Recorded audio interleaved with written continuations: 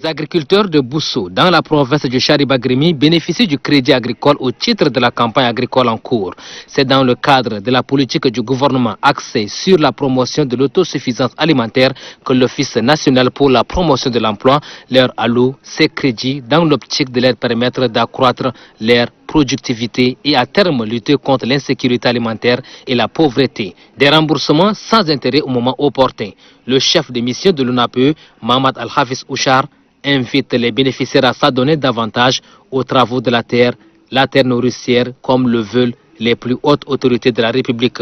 Des conseils que les agriculteurs promettent mettre en pratique pour ne pas trahir la confiance du gouvernement. Par la même occasion, il remercie l'ONAPE à travers lui, le gouvernement qui place l'agriculture parmi ses priorités. C'est-à-dire que les plus hautes autorités fondent leur espoir sur le secteur vital, l'un des piliers de l'économie nationale pour l'émergence du Tchad.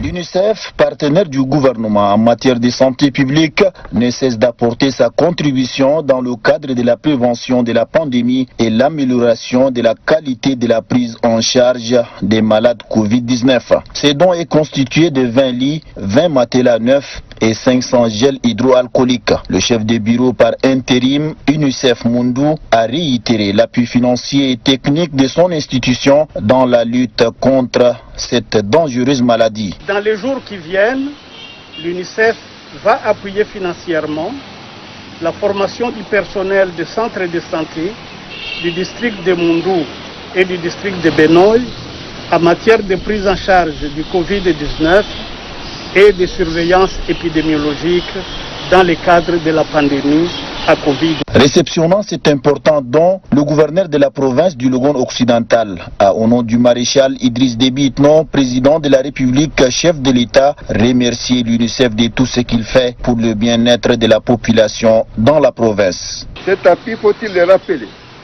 s'inscrit dans la droite ligne de la politique sanitaire du maréchal Idriss Déby Itno, président de la République, chef de l'État, qui n'a jamais cessé de lutter pour se débarrasser de l'épidémie pour une émergence économique certaine.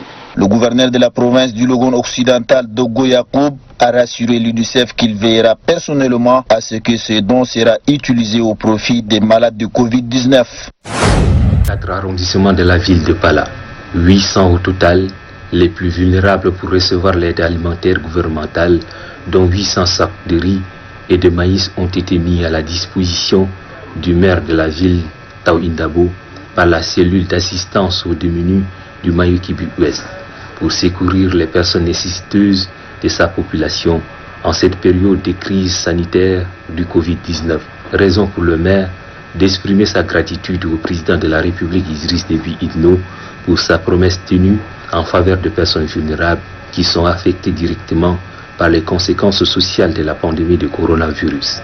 Au grand bonheur des bénéficiaires, le coup d'envoi de la distribution est donné par le coordonnateur de la cellule d'assistance aux démunis, Adoum Forte Amadou, par ailleurs gouverneur de la province du Maïkibu-Ouest.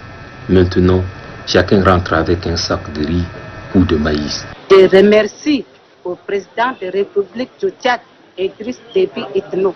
Pour rappel, le gouvernement tchadien a mis à la disposition de la province du Maïkibu-Ouest 4000 sacs de riz et 2200 sacs de maïs pour assister les démunis, dons alimentaires qui fait les délices des bénéficiaires en ce moment de crise sanitaire de Covid-19. Les autorités départementales du Chari unissent leurs forces pour traduire en actes les orientations avisées du gouvernement afin de rompre avec la chaîne de contamination du coronavirus.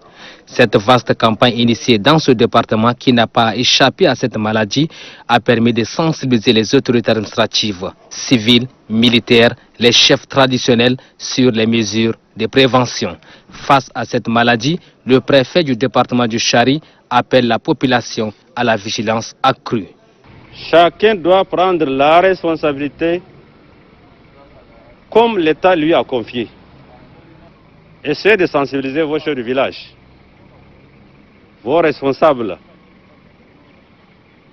du bord, appelés comme Garba. Ils cessent à traverser les gens Maintenant, nous sommes sur le dernier cran. Quel ordre va être donné aux responsables de sécurité de casser tous les pirogues qui traversent quelqu'un du Cameroun vers le Tchad? Le maire de la commune de Koundoul, le sous-préfet de Koundoul, le délégué sanitaire saluent les stratégies mises en place par le comité de crise sanitaire dirigé par le maréchal du Tchad, le président de la République, Idrissa Déby Itno. Il s'engage à relayer le message auprès de la population. Après cette rencontre, l'équipe conduite par le préfet du département du Chari s'est rendue au lycée de Koundoul pour la même cause.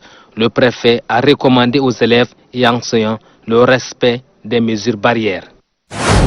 C'est un don composé de 10 dispositifs de lavage de mains, 10 cartons de savon, 10 cartons d'eau de javel, un carton de cache-nez, un carton de gel hydroalcoolique et une dizaine de paires de gants qui ont été remis. Ce don est destiné aux étudiants de l'Institut national supérieur au pétrole de Mao. Il provient de la Société des hydrocarbures du Tchad, SHT. C'est l'occasion pour le directeur du champ pétrolier de Sidiki, Boam Michel, de dire que la Société des hydrocarbures du Tchad, SHT, soutient la politique du gouvernement. C'est pourquoi, face à cette pandémie, son institution n'entend pas rester les bras croisés. Le secrétaire général de l'Institut national supérieur du pétrole de Mao, Warou Abadji Alifa, a salué le geste de la SHT et a rassuré que ce don sera mis à la disposition des ayants droit qui sont les étudiants. Le gouverneur de la province du Kanema Santera a pour sa part exprimé sa reconnaissance envers les différentes institutions qui ont apporté leur contribution pour la lutte contre cette pandémie qui est le Covid-19. Adressant aux étudiants, Santera a dit que vous êtes le futur ingénieur du pays. C'est pourquoi la SHT a pensé à vous en mettant à votre disposition ces matériels pour que vous puissiez vous défendre de cette terrible pandémie qui n'épargne personne. Pour finir, Santera va demander à toute la population de respecter les mesures barrières édictées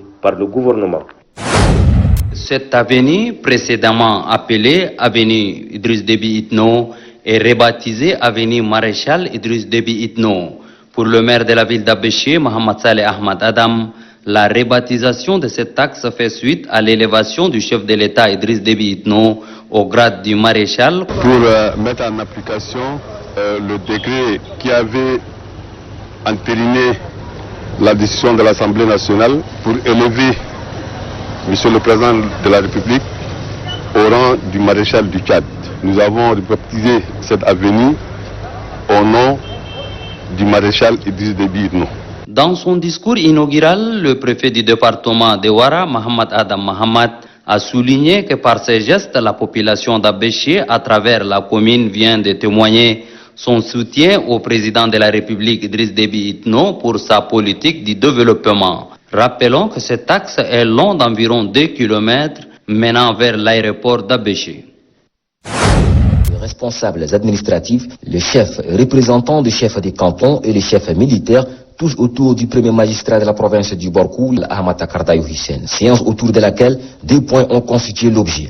La question de la sécurité des personnes et de leurs biens, mais aussi et surtout l'acte ignoble perpétré dans la nuit des jeudi 2 juillet 2020 par quelques présumés troublions qui ont mis le feu sur un véhicule militaire qui était suspecté pour un véhicule de coupeur de route. Des instructions fermes et une mise en garde de la part du gouverneur de la province du Borkou, le général Ahmad Kardayou Hissène, ont été adressées à l'égard des responsables en charge de la sécurité et les chefs représentants des chefs des cantons. Ahmad Kardayou Hissène a dit que la sécurité des personnes et de leurs biens doit émaner de la prise de responsabilité des leaders de la dite localité. Pour ce faire, tout le monde est appelé à assumer ses responsabilités en toutes circonstances. Le gouverneur de la province du Borkou a instruit le chef des différents services sécuritaires de la place d'ouvrir une enquête afin de démasquer les auteurs de cet acte incivique qui menace l'autorité de l'État. Les membres des comités départementaux d'action et des comités provinciaux d'action du Bahr el-Ghazal sont en formation sur le renforcement des capacités. C'est une initiative du PAMELO, projet d'amélioration des moyens d'existence à l'ouest du Tchad, mise en œuvre par la GIZ sur le financement du ministère fédéral allemand de la coopération économique et du développement BMZ. Le projet d'amélioration des moyens d'existence à l'ouest du Tchad, PAMELO, mis en œuvre par la coopération allemande a pour objectif principal l'amélioration des conditions d'une coexistence pacifique dans les communes sélectionnées des 3 provinces, à savoir Hadjarlamit, le Kanem et le Bahr el Ghazal. Le secrétaire général de la province du Bahr el Ghazal, Djibril Souleymane Nouren, représentant le gouverneur, précise que ce projet s'inscrit dans le cadre de la vision 2030, le Tchad que nous voulons. La vision 2030, le Tchad que nous voulons, traduit la volonté du gouvernement du Tchad de rendre opérationnelles les aspirations des populations tchadiennes exprimées lors des différentes consultations nationales et provinciales.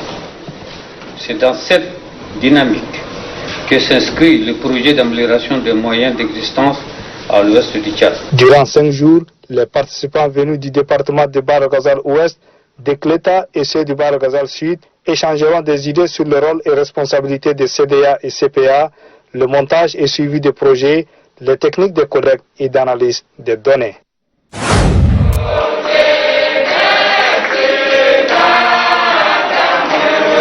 Les fidèles de l'église Assemblée chrétienne francophone numéro 9 de Doba ont retrouvé leur lieu de culte. Ils ont accueilli avec face dans leur chapelle le premier magistrat de la province du Logone oriental.